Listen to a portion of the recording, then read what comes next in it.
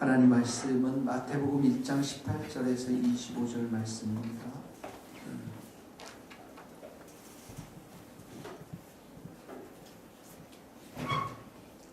마태복음 1장 18절에서 25절.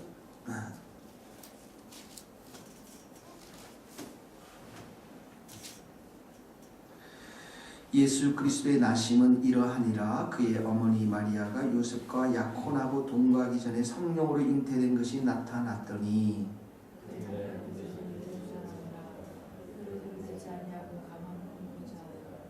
이 일을 생각할 때 주의 사자가 현명하여 이르되 다윗의 자손 요셉이 내 아내 마리아 요셉아 내 아내 마리아 데려오기를 무서워하지 말라. 그에게 잉태된 자는 성령으로 된 것이라. 이름을 예수라 하라. 이는 그가 자기 백성을 저들의 죄에서 구원할 자심이라. 이 모든 일이 된 것은 주께서 선지자로 하신 말씀을 이루려 하심이니 이르시되 보라 처녀가 잉태하여 아들을 낳으시오 그의 이름은 임마누엘이라 하리라 하셨으니 이를 번역한즉 하나님이 우리와 함께 계시다 합니다. 요셉이 잠에서 깨어 일어나 주의 사자의 분부대로 행하여 그의 아내를 데려왔으나 아들을 낳기까지 동침하지 아니하더니 나음의 이름을 예수라 하니라. 아멘. 우리가 지난주에 이 말씀 가지고 설교를 들은 적 있죠? 기억나세요? 오늘은 이 말씀을 보면서 하나님의 주도권, 구원에 있어서 하나님의 일하심, 하나님의 찾아오심, 하나님의 역사하심 이런 부분들을 맞춰서 우리가 묵상을 하면 좋을 것 같아요. 18절에 보니까 요셉과 약혼하고 동거하기 전에 함께 살기 전에 성령으로 잉태된 것이 나타났더니 그러니까 마리아에 대한 아기 예수의 잉태가 성령으로 잉태되었다 이런 말입니다. 그러니까 실제로 마리아가 이렇게 성령으로 잉태하기 전에 또 천사가 나타나죠. 누가복음에 보면 또 천사가 나타나서 내가 하나님의 은총을 입은 자요, 은혜를 입은 자요. 그러니까 하나님께서 먼저 찾아가신 거예요. 마리아에게. 많은 그 강남 서초 지역에 많은 귀한 자매들이 있을 수 있고 그리스도인들이 있을 수 있는데 마리아는 저 강원도 시골에서 살고 있던 사람이었거든요. 그렇다 하경이가 그쪽으로 이사가라는 말은 아니고 그런 정말 이름 없는 빛도 없는 이 마리아를 선택해서 천사를 보내죠. 내가 아들을 낳을 것이다. 그러니까 성령으로 잉태되었다라는 것, 하나님의 주도권을 우리는 여기서 봅니다. 19절 보세요. 요셉은 의로운 사람이라 그를 드러내지 않고 가만히 끊고자 하여.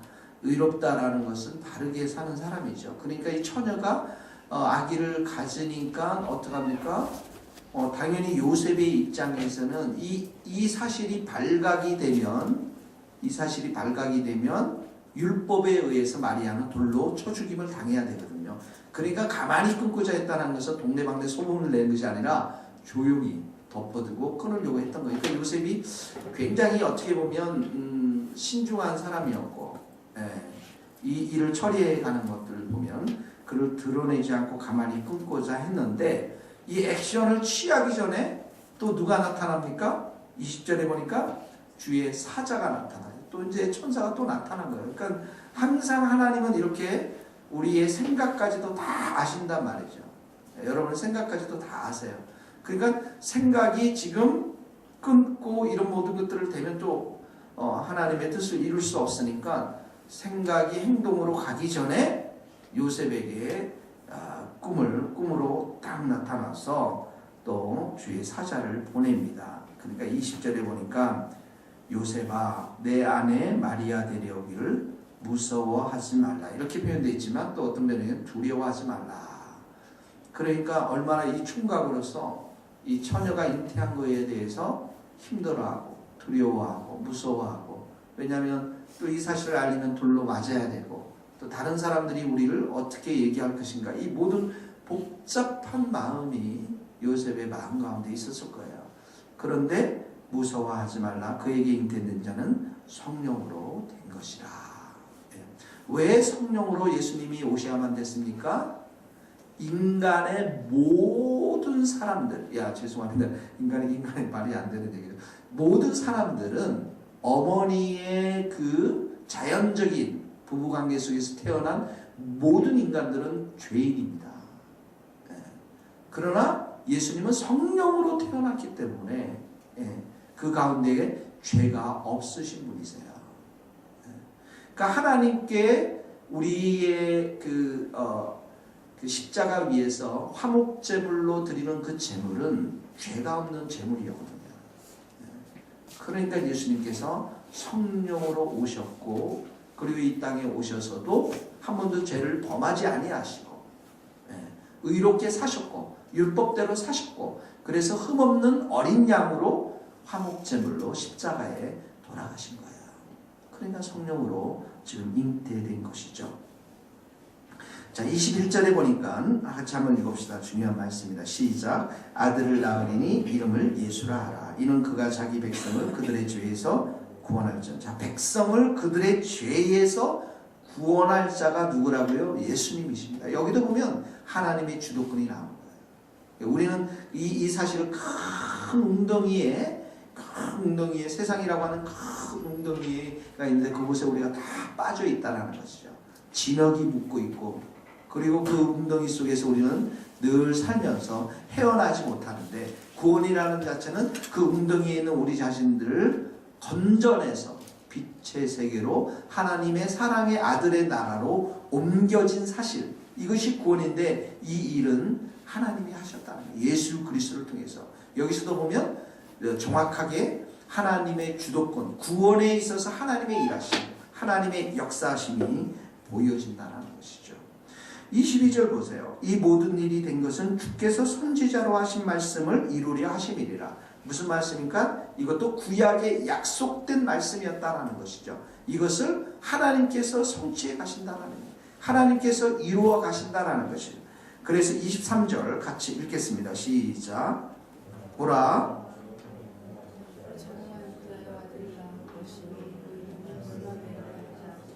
네. 함께 계시다 함이니라. 23절 말씀은 보라 처녀가 잉태하여 아들을 낳을 것인데 임마누엘이라 하나님이 우리와 함께 하시다. 이 말씀은 이사야서 7장 14절을 인용한 말씀입니다. 이사야서 7장 14절은 이사야의 본문은 어떻게 됐냐면 유대의 나라가 이스라엘과 아람 사람들의 침공을 받습니다. 그러니까 이 침공을 받을 때 유다 사람들이 하나님 앞에 가서 은혜를 구해야 되는데 그러지 않고 아수르에 가서 도움을 요청합니다. 그러니까 하나님의 구원의 능력을 의지하지 않고 아수르의 힘을 의지하려고 그러는 거예요. 그때 이사야가 예언을 하는 것입니다.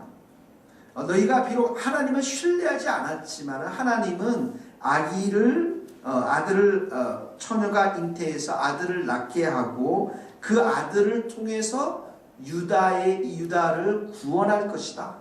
너희가 비록 이렇게 하나님을 의지 않고 아수르를 의지하고 죄를 범하고 그런 상황에 있지만 하나님께서 이 자격이 없는 유다와 함께 하심으로 인해서 그 아들을 통해서 함께 함으로 인해서 임마누엘 하나님, 내가 너희와 함께 하시는 하나님, 그 은혜의 하나님, 그 하나님께서 이 유다를 다시 회복시키실 것이다 라고 하는 그 이사야의 그 예언이 7장의 말씀이에요. 그 말씀을 똑같이 이 마태가 가져와서 예수 그리스도가 이 땅 가운데 오셔서 비록 우리는 양처럼 우리의 갈 길로 다 갔지만 여전히 제 길로 다 살고 있지만 그런 우리들에게 아기 예수를 보내주심으로 인해서 이 죄 가운데 있는 우리를 하나님의 전적인 은총으로 말미암아 우리를 건져주시고 구원시켜서 하나님이 함께 하시겠다고 하는 임마누엘의 말씀을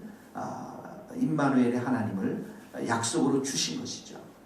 그러니까 이 구원이라는 것은 처음부터 끝까지 하나님의 은총의 역사인 것입니다. 은혜의 역사인 것입니다. 그리고 그 가운데서 우리의 믿음이라는 것은 수단, 통로에 불과한 것입니다.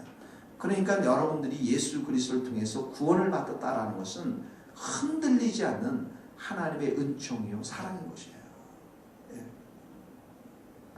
24절에 보니까 요셉이 잠에서 깨어 일어나 주의 사자의 분부대로 행하여 그의 아내를 데려왔으네요. 자, 잠에서 깨어나 꿈속에서 주님의 사자가 나타나서 이 모든 일들을 행하는 것들을 보게 되었습니다.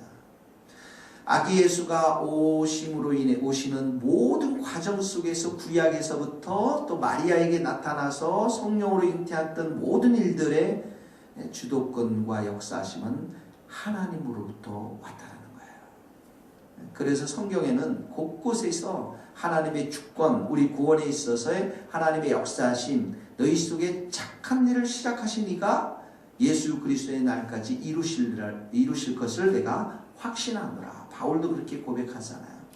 그러니까 이 성탄절에는 더욱더 주님의 은혜가 얼마나 큰지, 또 내 인생을 찾아와서 우리 인생을 정말 은혜 가운데 세우기를 원하시는, 복된 인생으로 우리를 만들기를 원하시는 그 하나님의 끊임없는 우리를 향한 설득, 찾아오신 그 은혜, 그것을 깊이 깨닫는 한 날이 되어야 되겠고요.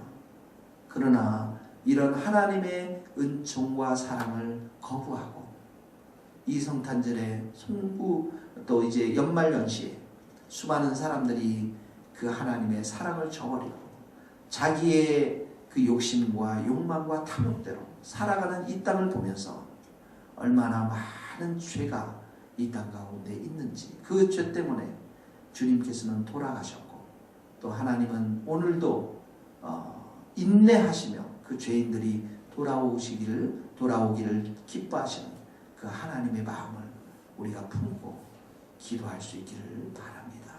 같이 기도하시겠습니다.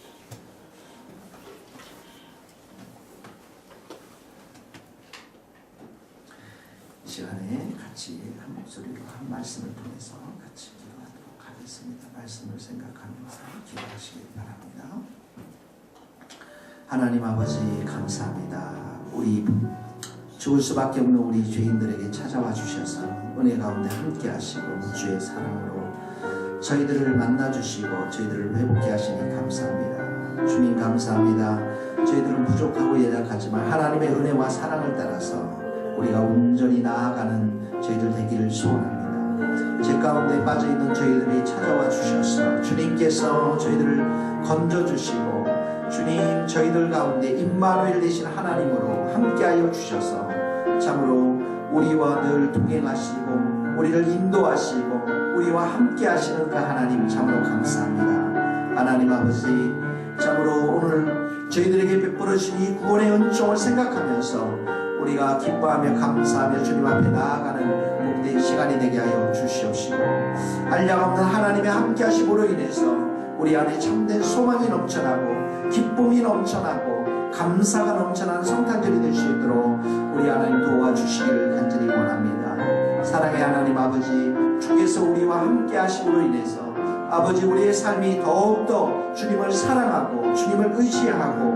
하나님 주님 한 분만을 붙들며 나아가는 복된 인생이 되게 하여 주옵소서. 세상의 어두움 가운데 차 있을 때마다 주님 구원의 빛을 우리에게 주신 그 은혜를 생각하게 하시고 하나님 세상 가운데 주님의 사랑을 거부하며 쾌락과 탐욕과 욕심과 욕망 가운데 살아가는 수많은 사람들 앞에 눈물을 흘려 기도할 수 있는 우리 모든 성도들이 될 수 있도록 하나님 도와주시옵소서. 주께서 우리를 불쌍히 여겨주시고 주께서 우리를 긍휼히 여겨주시고 주께서 우리와 함께 은혜를 베풀어 주시옵소서.